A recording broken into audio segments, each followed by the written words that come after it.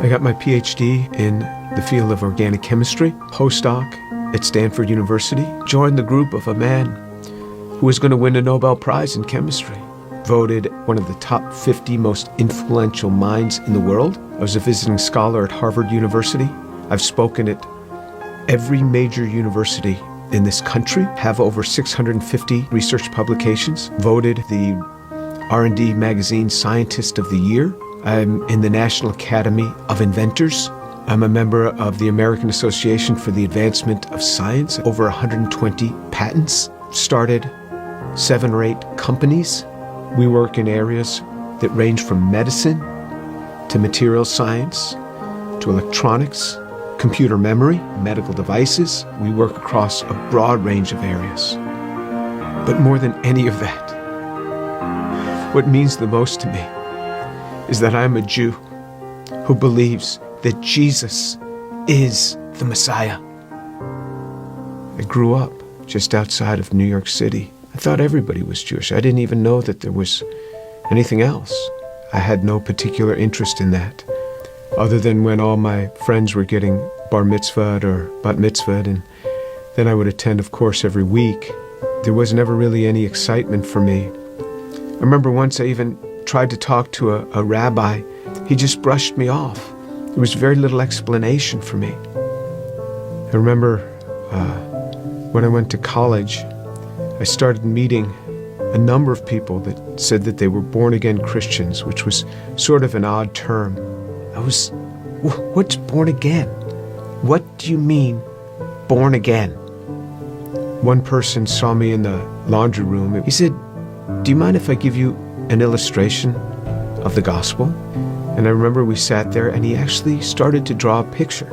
A cliff with a man on one side, and he drew a little man, and then another cliff with God on the other side, and a big chasm in between that he labeled with sin. And I looked at him, I said, "I'm not a sinner. I've never killed anyone. I never robbed a bank. How could I be a sinner?" And he had me read a verse from the Bible. "For all have sinned and fall short of the glory of God." In modern Judaism, we never really talked about sin. I don't remember ever talking about sin in my home. So he turned to another passage. Jesus said, "I say to you that everyone who looks upon a woman with lust for her has already committed adultery with her in his heart." Pow! I felt just as if I had been punched right in the chest. Here I was, new in college. I didn't think anybody knew. I would pick up these magazines and I became addicted to pornography. It was just through those magazines. And all of a sudden, something that's written in the Bible, somebody who lived 2,000 years ago is calling me out on it. And I felt immediately convicted. And that now I realized I was a sinner. When I read in the scriptures what sin is, then I knew I was a sinner. How am I going to get to God? We Jews know this better than anyone else. Without the shedding of blood, there is no forgiveness of sin. This description in Isaiah 53 of how he will bear upon himself my sin, the things that I had done, and this was him. This was the man that took this upon himself on the cross. The perfect God comes and gives himself for us. He is the one that gives himself for us. I started to realize how Jewish the New Testament is. This book is so Jewish. The New Testament is so Jewish. It's all around Jewish people.